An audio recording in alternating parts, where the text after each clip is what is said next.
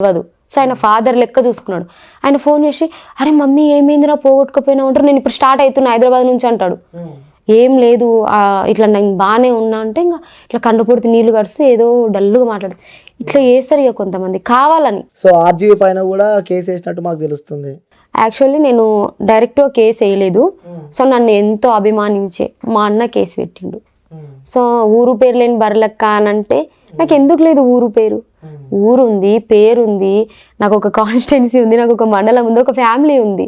అంటే నేను అనాథనా, నా చెల్లెల్ని ఇంత మాట అన్నాడు అని చెప్పేసి ఇక మా అన్న కేసు పెట్టిండు.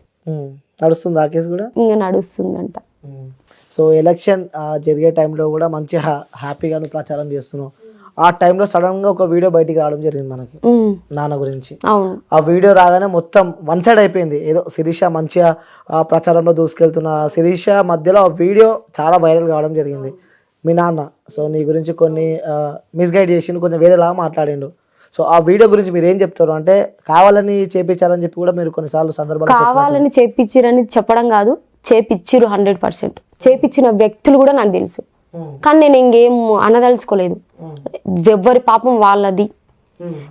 అన్ని రోజులు చెప్పండి, అప్పుడే ఎందుకు చెప్తారు ఒక మాట చెప్పన్నా? అన్ని రోజులు ఆయన ఒక 3.5 years అవుతుంది వెళ్ళిపోయి ఇంట్లోకి వెళ్ళి వేరే ఆమెను తీసుకొని పోయి. నేను ఎప్పుడన్నా చెప్పినా ఏమన్నా? అవసరం లేదు, చెప్పాల్సిన అవసరం లేదు. ఇప్పుడు ఆయనను తప్పు పడితే మా ఫ్యామిలీలో ఒక పర్సన్ కాబట్టి మమ్మల్ని మేము తప్పు పట్టుకున్నట్టు అవుతుంది. సో నాకు అవసరం లేదని అంతకు ముందు కూడా నేను నామినేషన్ వేయడానికి ముందు కూడా చాలా ఇంటర్వ్యూలు ఇచ్చిన, కానీ ఏ ఇంటర్వ్యూలో కూడా మా ఫాదర్ లేడు, బయట ఉండడని మాత్రమే చెప్పినా, కానీ ఇట్లా పోయిండని అయితే నేను చెప్పలేదు ఎక్కడ కూడా. అంటే సొంత నాన్న కాబట్టి ఎలా చెప్పాల్సిన అవసరం లేదు, మన విషయాలు మనం బయట వేసుకోవాల్సిన అవసరం లేదు అనేది నా ఆలోచన. కానీ ఇంకా ఏదో ఇట్లా చెప్పి ఆయనకు తర్వాత ఒక 3.5 years తర్వాత వెళ్ళిపోయిన తర్వాత మెంటల్ కండిషన్ అనేది చాలా దెబ్బతిన్నది ఆయనకు. మెంటల్ అతను కావడం కూడా కారణం మీరే అని చెప్పి కూడా నడుస్తుంది మరి బయట. మేమే అంటే ఇంకా పెడతారు, ఇంకేమన్నా పెడతారు. ఇప్పుడు నేను హైలైట్ అయినా కదా, ఒక తండ్రే ఓర్వలేకపోతుండు. ఎందుకు ఓర్వలేకపోతుండే నేను క్వశ్చన్ చేస్తా. ఎట్లా అంటే నేను చూస్తూ ఉండలేను. నా తల్లిని కొడుతుంటే బాగా కొడుతున్నావు, కొట్టు అని ఉమ్మలకి కూర్చుంటానా, అడ్డం పోతా, ఎందుకు కొడుతున్నావు, నీకేం అవసరం, నేను గట్టిగా నిలదీస్తా. నా ఫ్యామిలీ వేరే ఫ్యామిలీ లేడ జరిగినా నేను నిలదీస్తా, తప్పు ఉంటే ఏం ఊకోను, చూసుకుంటా. అట్లా నేను నిలదీయడం వల్ల గట్టిగా నేను ఒక శత్రువు లెక్క అయిపోయినా. అని నేనేం చేసినా ఈ అడ్డు చెప్తుంది. ఇష్టం వచ్చిన వాళ్ళ మరి తిరగమంటే ఇక తిరుగుపో మంచిగా పోతున్నావు అని పొద్దుగాల ఇంత సర్ది గడ్డి పంపించి సాయంత్రం వరకు వచ్చిన తర్వాత గిన్నెలు కడిగి మళ్ళీ తిన్నాయ్యా, మళ్ళీ రేపు పొద్దుగా తిరిగి అట్లా చేసి నేను మంచిదాన్ని అయ్యేదాన్ని. నీకు ఇష్టం వచ్చినట్టు తిరగడం, ఇంట్లో వచ్చిన సంపాదన అంతా వేరే వాళ్ళకి పెట్టడం, ఇష్టం వచ్చినట్టు చేస్తే ఈ ఇంట్లో ఎవరు ఊరుకుంటారు అన్న? ఇప్పుడు అవన్నీ క్వశ్చన్ చేయడం వల్ల నేను ఒక శత్రువు లెక్క కనిపించేసరికి ఇక ఇట్లా అయిపోయింది. ఇంకా దీన్ని ఎట్లనన్నా ఎల్లగొట్టాలి, అది ప్లాన్ లేచిండు, ఎన్నో ప్లాన్ లేచిండు. నాకు భయమే, దూరం వెళ్తే మా అమ్మని మస్తు కొట్టేది, కంటిన్యూ కొట్టి ఆమెకు బ్యాక్ బోన్ సరిగ్గా లేదు. మీరు స్కానింగ్ కూడా వేసుకోండి కావాలంటే. వెనకాల ఇటుక పిల్ల తీసుకొని కొడితే నేను లేని సిచ్యువేషన్లో క్రాక్ వచ్చింది. 1 month బెడ్ రెస్ట్ తెచ్చి ఇంట్లో పెట్టుకున్నాడు దాన్ని. ఇంకా క్వశ్చన్ చేయరా అన్న? ఎవరైనా చేస్తారు ఇప్పుడు. అంత క్వశ్చన్ చేయకుండా కళ్ళు మూసుకొని అయితే ఎవరు ఉండరు కదా. ఇక సందు అయితే లేదు, ప్రతిసారి ఏ సందు అయినా మమ్మల్ని రెడ్ హ్యాండెడ్గా పట్టుకున్నాడు, పోయాడు, జంప్ అయ్యండి. ఇక డబ్బు గోల్డ్ అన్నిటికన్నీ తీసుకొని మమ్మ బతుకు రోడ్ మీదేసి వెళ్ళిపోయిండు. పోయినావు పోయి పొద్దుగాల పోయి పట్టుకొస్తే ఉంటాడు, రాత్రి లేచి వెళ్ళిపోతాడు. దాంతోనికి ఎంత పట్టుకుంటాం చెప్పు? పలానూరులో ఉన్నాడని మాకు ఇన్ఫర్మేషన్ వస్తుంది, రా ఇంటికి రా, మాకు ఒక తోడు కావాలి, ఇంట్లో మొగైన లేని తోడు ఎట్లుంటుంది, రా పోయి ఆటో కిరాయి కట్టుకొని ఇంటికి తోలుకొస్తే మేమందరం పడినాక రాత్రి లేచిపోతాడు. ఎన్నిసార్లు పట్టుకొచ్చి మాకు విసుకొచ్చింది. నీకు హ్యాపీగా తిరుగు నాయన, నీకు బాగా విసికిన రోజు అప్పుడు రా సూతామని చెప్పినాను. ఇక ఎన్నిసార్లు మేము ఆటోలు కట్టుకొని పోయి తోలుకొచ్చిన రోజులు ఉన్నాయి తెలుసా అన్న. వీళ్ళకి తెలియదు, ఒక్కటే వ్యూస్ బాగా పోవాలి, అదొక్కటి చాలు. ఇంకా అరే పెట్టిండు, అది ఏ ఆయన కండిషన్ ఫుల్ తాగిండు. ఆ వీడియోలో వెనకలా చెప్తున్నారు, మనం చిన్నగా వింటే ఇట్లా చెప్పు అని పక్కన చెప్పిస్తారు. అరే ఇదేదో ఫేక్ ఉందని ఒక్క క్షణం ఆలోచించవచ్చు కదా, ఆలోచించలే, అప్లోడ్ చేసేసిరిగా. ఫీజులు ఇట్లా ఎగిరిపోయినాయి. ఇదంతా కుట్రా. ఆ వీడియో చేయించిన వాళ్ళు నాకు తెలుసు, ఆ వీడియో చేసినందుకు మా అయ్యకి డబ్బులు ఇచ్చిన విషయం కూడా నాకు తెలుసు. 1 లక్ష ఇచ్చిరంట ఆ వీడియో చేయడానికి. అంటే నా మైండ్ మొత్తం డైవర్ట్ చేసేయాలి, ప్రచారంలో ఉండకుండా. కాన్స్టిట్యూన్సీకి సంబంధించిన వ్యక్తియే, చెప్పను. ఆల్రెడీ భయపడ్డాడులే కానీ ఇక నేను ఏమనను, సరేలే వాడి పాపం వాడికి. ఎప్పుడు నాన్నతో ఎప్పుడు నువ్వు చివరిగా మాట్లాడను? నేను మాట్లాడు ఒక 3.5 years అవుతుంది. అంటే నేను 10th లో ఉన్నప్పుడు అనుకుంటా వేరే ఆమెతో ఇట్లా కొంచెం చేస్తుంటే చాలా పెద్ద గొడవ అయినది. అయితే అప్పుడు కొంచెం గట్టిగా మాట్లాడి అంతా అయ్యేసరికి తర్వాత నాకే ఇంకా మాట్లాడాలనిపించలేదు. అంటే 3.5 years తర్వాత వీడియో ద్వారా మళ్ళీ నాన్న చూసినాను. అంటే వస్తుండే, ఇంటికి వస్తుండే, కానీ ఇక నేను ఉంటే ఆర్గ్యుమెంట్ ఇట్లా గొడవ పడుతుంటే మా మమ్మీని తిడుతుంటే నేను ఉండలేను. కంటిన్యూగా తిడుతుంటే ఎట్లా అనిపిస్తుంది? నాకు ఉన్నదే మా అమ్మ ఒక్కటి, మా అమ్మని కంటిన్యూగా తిట్టడం ఇట్లా చేస్తుంటే మాకు బాధ అనిపించేది. ఇక మా నాన్న ఉంటే అమ్మ నేను ఉంటే మా అమ్మని తిడతాడు, ఇది గొడవ అవుతుందని సైలెంట్ దూరం ఉండేదాన్ని. ఇంకా తర్వాత అయినా కానీ నేను ఈ ప్రచారానికంటే ముందు ఒక 3-4 months కూడా నాకు బాధ అనిపించింది. రోడ్ల మీద బిచ్చం ఎత్తుకొని తిని అడుక్కుంటున్నాను తెలిసి ఇంటికి దొరికొచ్చుకున్నా నేను. చింటూతో వాయిస్ రికార్డింగ్ ఉంది, కావాలంటే మీకు పెట్టిస్తా. ఇప్పుడు నేను గ్యామ్లింగ్ ఆడుతున్నా అనుకోవడానికి కూడా అందులో ఏ డేట్కు మనం రికార్డ్ చేసినాం అనేది డీటెయిల్స్ కూడా ఉంటాయి. ఏ నెల, ఏ డేట్కి, ఏ రోజు, ఏ టైం అనేది ఉంటుంది.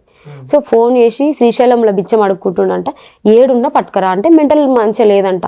అప్పుడు మనం మంచిగా ఉన్నప్పుడే కొట్టిండ్రు మా తమ్ముడు, వద్దురా చింటూ ఎన్ని రోజులు ఉన్నా మన నాన్నకు మనగాలి, కనీసం చచ్చిపోయిన రోజు మట్టే ఎనికినన్నా ఉండాలి కదా, చచ్చిపోతే ఈయన ఎవరో తెలియకపోతే ఎన్నో మున్సిపాలిటీలు తీసుకుపోయి పడేస్తారు, వద్దు మన నాన్న మనకు ఉండాలని తీసుకొచ్చి ఇంట్లో పెట్టుకుంటే 1 month రెస్ట్, కంటిన్యూగా నాన్ వెజ్, చికెన్, మటన్ పెట్టి ఒక మంచిగా దిట్టగా అయిన తర్వాత మళ్ళీ తన్నిండు పోయిండు, మళ్ళీ పోయిండు, మళ్ళీ గల్లలో ఉన్న పైసలు తీసిండు, గిరాకీ పైసలు తీసుకొని వెళ్ళిపోయిండు. ఇంకా అంటే తమ్ముళ్ళ కోసం ఏదైనా పెట్టుకుంటారు అంటూ, తమ్ముళ్ళ కోసం ఏదైనా పెట్టుకుంటారు. సో అమ్మ విషయానికి వస్తే నేను అమ్మతో కూడా మాట్లాడడం జరిగింది. సో తను ఒక్కతే మిమ్మల్ని చూసుకుంటున్నట్టుంది. ఆమె ఒక్కతే చూసుకుంటుంది మమ్మల్ని. అది కూడా నాకు ఏం బాధ అనిపించాలి అన్న, అసలు నేను అంత టైర్డ్ అయినా కానీ ప్రతి ఒక్కరు మామూలుగా కొంతమంది చిన్న ఛానల్ కూడా నేను ఇంటర్వ్యూ ఇచ్చిన, ఎందుకంటే వాళ్ళు నా ఇంత దూరం నుంచి వచ్చిర్రు, వాళ్ళ టైం చేయకూడదు వేస్ట్ అని. నేను మస్తు ఎప్పటికైనా నేను మీడియా వాళ్ళకి కూడా రుణపడే ఉంటాను. వాళ్ళు నన్ను ఇంత హైలైట్ చేసిండ్రు. వాళ్ళంటే సరే నా గురించి బ్యాడ్ చేసినా నాకు వాళ్ళ మీద కోపం లేదు, వాళ్ళకి నేను ఎప్పటికైనా రుణపడే ఉంటాను. వాళ్ళకే అనిపించాలి మనసులో, అరే ఇంత మంచిగా దాన్ని ఇట్లా చేసినాం కదా అని. సో మా నాన్న గురించి ఇంకా క్లారిటీగా తెలియక సో అదేదో వాళ్ళు పెట్టేసిరు, తెలుసుకొని ఎప్పుడొకప్పుడు వాళ్ళే డిలీట్ చేసేసుకుంటారు. ఓకే, దీని తర్వాత కూడా ఇంకొక పెద్ద మచ్చన పడ్డది పైన, చాలా మందికి ఒక క్వశ్చన్ మార్క్ ఉంది. ఏది? సో బర్రెలక్కకి పెళ్లి అయిపోయింది అని చెప్పి కూడా చాలా వైరల్ అయిన వీడియో. ఎందుకంటే మన ఇంటర్వ్యూ ద్వారా సో జనాలు ఏమనుకుంటున్నారో, సో అసలు వాస్తవాలు ఏం జరిగినాయో సో మనం చెప్పే ప్రయత్నం అయితే మనం చేస్తున్నాం.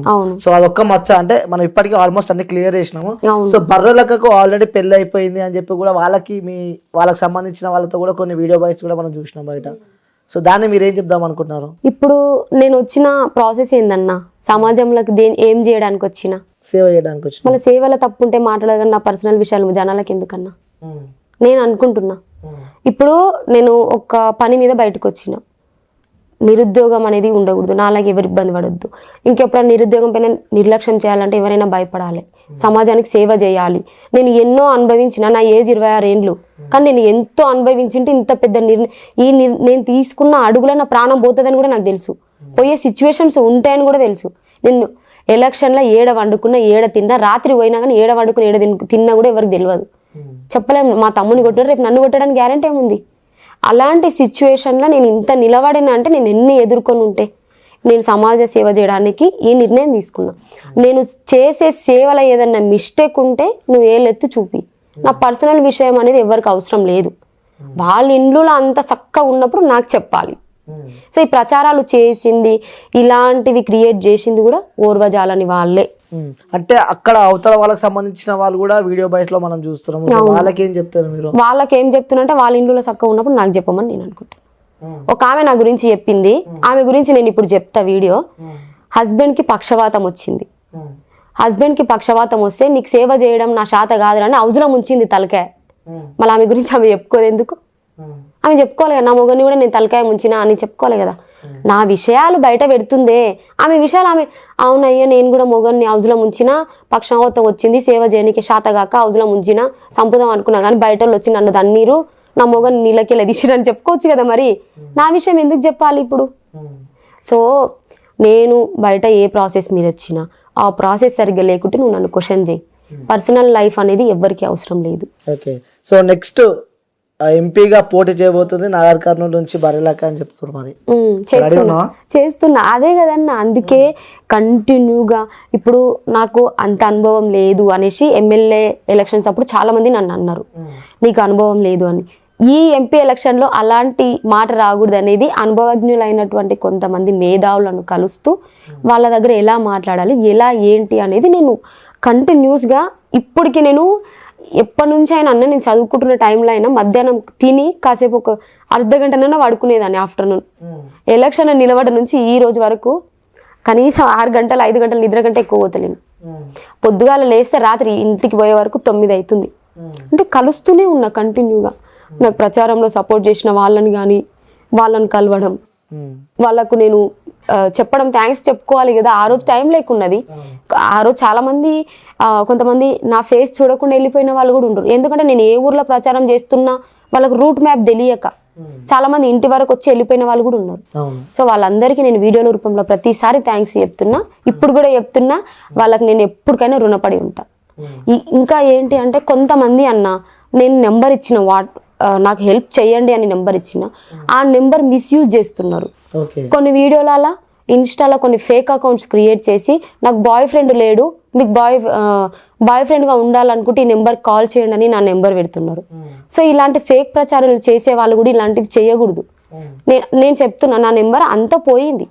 సో ఏది వాట్సాప్లో కూడా గలీజ్ మెసేజ్లు గలీజ్ ఫొటోస్ వీడియోస్ ఏమేమో షేర్ చేస్తున్నారు. సో వాట్సాప్ మెసేజ్ చూడడం కూడా బంద్ చేసిన. సో ఒక అమ్మాయిని నేను మెయిన్ అసలు నేను ఎంత పెద్ద స్థాయికి ఎదిగినా అమ్మాయి నన్ను అయితే అమ్మాయినే కదా. సో ఒక అమ్మాయిని అయినప్పుడు ఏ థంబ్నెయిల్స్ పెట్టాలి కొంతమంది సూపర్ అన్న నాకు చాలా సపోర్ట్ చేశారు. కానీ కొంతమంది ఓన్లీ వ్యూస్ పరంగానే ఏ థంబ్నెయిల్ పెట్టినా అవసరం లేదు వ్యూస్ పోవాలి నాకు హైలైట్ కావాలి. సో ఇక్కడ కొన్ని విషయాలలో వ్యూస్ అనేది ఇంపార్టెంట్. కొన్ని విషయాలలో అమ్మాయి లైఫ్ అనేది కూడా ఇంపార్టెంట్. ఇంకోటి కొన్ని యూట్యూబ్ ఛానల్స్ పైన కూడా శిరీష కేసు పెట్టినా కేసు పెట్టినా ఎందుకు పెట్టద్దు చెప్పు. నేను వాస్తవాలే రాష్ట్రంలో కావాలని కొన్ని యూట్యూబ్ ఛానల్స్ పైన శిరీష కేసు పెట్టింది అని చెప్పి కూడా వింటున్నాను. కొన్ని ఛానల్స్ కాదు ఒక్క ఛానల్ పైన పెట్టిన. సో ఆ ఛానల్ కూడా దేనిపైన పెట్టిననే ముందు క్లారిటీ అనేది ఇస్తా. సో ఇన్ని వీడియోస్ మా ఫాదర్ వీడియో పెట్టినా నేను ఇప్పటి వరకు ఆ వీడియో చూడలేదు. చూస్తే నేను ఏడ వీక్ అయిపోతాను. నాకు అవసరం లేదు ఎవరు పెట్టేది వాళ్ళు. మా ఫాదర్ వీడియో పెట్టిన కింద కామెంట్స్ చదవండి ఒక్కటి నెగిటివ్ లేదు. నువ్వు ఇప్పుడు ఎక్కడన్నా కనిపిస్తే కొట్టేటట్టు ఉన్నారు. ఆల్రెడీ కొడదామని చూసిరంట మొన్న తెలకపల్లి గ్రామంలో. ఇట్లా బర్లకోల ఫాదర్ అంటే సంథింగ్ ఎవరెవరు అరే పట్టుకొని రా వీని బిడ్డనే బ్లేమ్ చేసిన అనేసి ఏదో బెదిరింపులు వచ్చినాయని నాకు తెలిసింది. అది నిజమా అబద్ధమో నాకు తెలియదు. సో ఏదైనా కానీ అప్లోడ్ చేసే ముందు ఒకటే చెప్తున్నా. సరే నేను ఏదైనా చిన్నదాన్ని సరే మీరు ఎన్నో ఇంటర్వ్యూలు చేసి ఉంటారు. నాకైతే ఇది ఎక్కువ చాలా పెద్ద ఇంటర్వ్యూలు అయితే కాదు. ఎంత చేసినా చిన్న ఇంటర్వ్యూ అంటే తక్కువ కౌంటింగ్ అనమాట నా ఇంటర్వ్యూస్. నేను ఏదైనా మిస్టేక్ మాట్లాడితే దాన్ని తీసేసారు నా చెల్లి లాంటిదో నా అక్క అట్లా అనుకోవాలి. కానీ ఏదో దాన్ని హైలైట్ చేసి అట్లా మాట్లాడి నా లైఫ్ స్పాయిల్ చేసి ఇంకా మస్తు లైఫ్ ఉంది నాకు. నెక్స్ట్ ఇక పెళ్లి చేసుకోవాలి నాకు వాళ్ళ ఫ్యామిలీ నుంచి కానీ మా ఫ్యామిలీ ఎలాంటిది ఉండొద్దు అంటే ఇలాంటి థంబ్నెయిల్స్ అనేవి కొన్ని ఉండకూడదు. నెక్స్ట్ ఎప్పుడు బర్రెలక్క పెళ్లి ఎప్పుడు చేసుకుంటున్నా కొంచెం సమాజ సేవ చేసుకుంటా. సమాజ సేవ చేసుకొని పెళ్లి చేసుకుంటా. సో ఎమ్మెల్యేగా ఆల్రెడీ పోటీ చేసినావు అయిపోయింది. నెక్స్ట్ ఎంపీగా కూడా పోటీ చేస్తా అంటున్నావు. తర్వాత ఎమ్మెల్సీ కూడా పోటీలో ఉండబోతుందా? ఉంటా కన్ఫర్మ్ గా. తగ్గనన్నా ఎందుకు నేను పోటీ చేయొద్దా? డబ్బు లేకుంటే రాజకీయంలోకి రావద్దా? ఏ డబ్బు లేదని నేను బాధపడ్డానో ఒక్కొక్కరు వచ్చి వాళ్ళకి తోచినంత 10 రూపాయలు ఇచ్చిన వాళ్ళు కూడా ఉన్నారు నాకు. అంటే నేను ఒక మంచి పని చేస్తున్నా కాబట్టి ఇట్లా సపోర్ట్ చేస్తున్నాను. ఇంకొంతమంది అన్న నేను వేరే ప్లేస్లకు వెళ్ళినప్పుడు కూడా చిల్లర రాజకీయాలు చేస్తుంది అంటారు. చిల్లర రాజకీయాలు చేస్తుంది అని నాకు అంటారు. ఇండైరెక్ట్ అంటారు. అర్థమయ్యే వాళ్ళకి అర్థమవుతుంది ఉద్ర రాజకీయాలు చేస్తారు అనేసి అంటారు. సో అలాంటి వాళ్ళకి నేను ఒకటే మాట చెప్తున్నా. తెలంగాణలో కొన్ని వేల మంది సూసైడ్ చేసుకొని చచ్చిపోయారు. గవర్నమెంట్ నోటిఫికేషన్ సరిగ్గా రాలేదని కొన్ని పేపర్ లీకేజ్. అప్పుడు వీళ్ళేం రాజకీయాలు చేసిరు. మళ్ళీ వాళ్ళు ఎందుకు అంటే బజ్జీల బండి ఇక్కడ బజ్జీలు తినుకుంటా పానీపూరి బండి ఇక్కడ పానీపూరీలు తినుకుంటా ఛాయల షాపులు ఇక్కడ ఛాయలు తాగుకుంటా తిరిగిరా. నన్ను అంటారు కదా చిల్లర రాజకీయాలు ఉద్దర రాజకీయాలని. నన్ను క్వశ్చన్ చేసేటప్పుడు నన్ను కాదు క్వశ్చన్ చేయాల్సింది. ఇన్ని లక్షల మంది బతుకుతున్నప్పుడు నోటిఫికేషన్ కరెక్ట్గా వేయని వాళ్ళని క్వశ్చన్ చేయడంలో లేని ధైర్యం నన్ను ఎందుకు క్వశ్చన్ చేస్తున్నారు? నేను ఒక చిన్న ఏజ్ అమ్మాయిని, ఒక అమ్మాయిని అయ్యుండు ఇన్ని తట్టుకొని నిలబడ్డప్పుడు నన్ను క్వశ్చన్ చేసేది, నన్ను క్వశ్చన్ కాదు చేయాల్సింది, పైన వాళ్ళని క్వశ్చన్ చేయి. ఏదైనా పర్ఫెక్ట్ లేకుంటే పర్ఫెక్ట్ అయ్యమని క్వశ్చన్ చేయి, నాకు కాదు చెప్పాల్సింది. అయితే ఇంకోటి చూస్తున్నాం అమ్మ, పవన్ కళ్యాణ్ కి రాని డిపాజిట్ కూడా రాలేదు, బర్రెలకి బాగా ఓట్లు వచ్చినాయని చెప్పి కూడా కంపారిజన్ చేస్తున్నారు పవన్ కళ్యాణ్ గారితో మిమ్మల్ని. సో దాన్ని మీరేమంటారు? కంపారిజన్ చేస్తున్నారు అంటే ఆయన పవర్ అనేది, నా పవర్ నాది. ఆయన ఫాలోయింగ్ ఆయనకు ఉంటది, అట్లని నా విషయంలో ఆయన తక్కువ చేయడం అనేది నాకు కరెక్ట్ కాదనిపించింది. ఆయన అభిమానం ఆయనకుంటది, నా అభిమానం నాకుంటది. ఇక కొంతమంది ఇక చేస్తుంటారు అన్నయ్య, కానీ సార్ పట్టించుకోడు. సో చూస్తున్నాం అమ్మ వీడియోలు, అక్కడ వైఎస్ జగన్ ఏపీ ముఖ్యమంత్రి కూడా బర్రెలక అని చెప్పి కొన్ని సభలలో కూడా నీ పేరు చెప్పడం జరిగింది. సో అప్పుడు విన్నాం, అది హ్యాపీగానే అనిపించింది మాట్లాడడం. ప్రతి ఒక్కరు నన్ను గుర్తించిరు కదా, పవన్ సారు నన్ను గుర్తించిండు, జగన్ సార్ నన్ను గుర్తించిరు, చాలా మంది మల్లాడి సార్ కానీ, జేడీ సార్, ఈ ఐలయ్య సార్ కానీ, వీళ్ళందరూ నన్ను గుర్తించినందుకు చాలా హ్యాపీగా ఉంది. ఓకే. సో తెలంగాణ రాజకీయాల్లో కూడా ఆ బర్రెలకు ఒక సంచలనం అయిపోయింది. సో రీసెంట్ గా కొత్త ప్రభుత్వం వచ్చింది. సో 6 గ్యారెంటీలు అనుకుంటే కూడా వాళ్ళు కాంగ్రెస్ ప్రభుత్వం ముంగడికి వస్తుంది, రేవంత్ రెడ్డి సీఎం అయిండు. సో నమ్మకం ఉందా కాంగ్రెస్ పార్టీ పైన మీకు?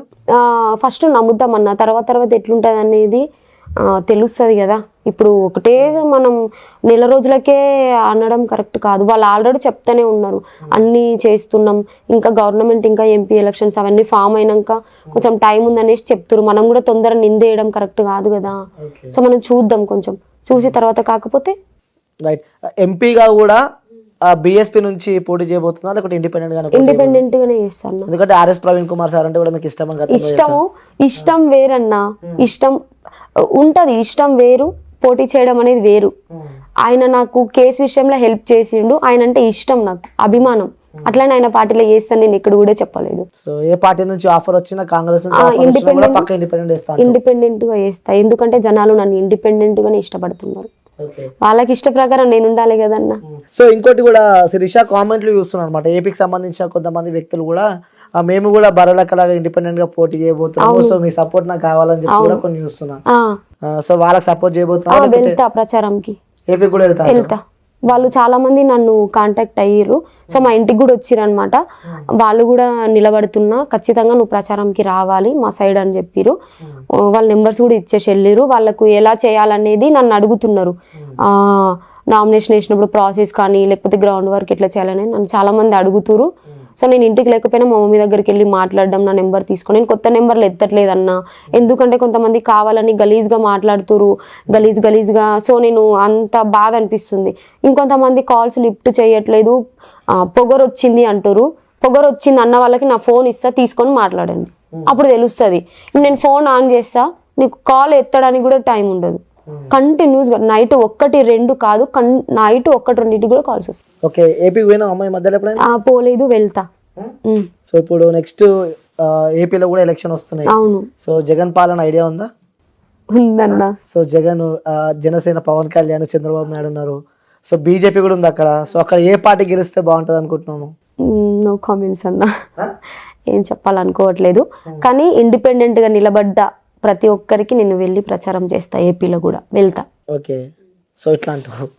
ఓకేమా, థ్యాంక్ యూ సో మచ్. నువ్వు అనుకున్న గోల్స్ అన్ని రీచ్ అవ్వాలని చెప్పి మనస్ఫూర్తిగా కోరుకుంటున్నా. సో నువ్వు సాధించడంలో తప్పు లేదు, ఏ రోజు సక్సెస్ అవుతావని చెప్పి కూడా మనస్ఫూర్తిగా కోరుకుంటున్నా. థ్యాంక్ యూ మా, థ్యాంక్ యూ సో మచ్. పదాలు తెలియని పెదవులకు అమృత వాక్యం అమ్మ. సంతానలేమి సమస్యతో బాధపడుతున్న ప్రతి స్త్రీమూర్తి బాధను మేము అర్థం చేసుకోగలం. 49 వరల్డ్ బెస్ట్ ఎంబ్రియాలజీ ల్యాబ్ మరియు జిల్ట్రిక్స్ అలారం సిస్టాన్ని మొట్టమొదటిసారిగా ఏపీ మరియు తెలంగాణలో ఈ నెల 9న ప్రముఖ సినీ నటి స్నేహ, స్పెయిన్ దేశానికి చెందిన international senior embryologist Javier Herrera గారు ప్రారంభించారు. ఈ శుభతరుణంలో రక్త పరీక్షలు, AMH test, RBS, సెమిన్ analysis, ultrasound scan, follicle scan ఈ నెల 31 వరకు ఉచితంగా అందిస్తుంది. 49 అంటే సంతానం, 49 అంటే సంతోషం.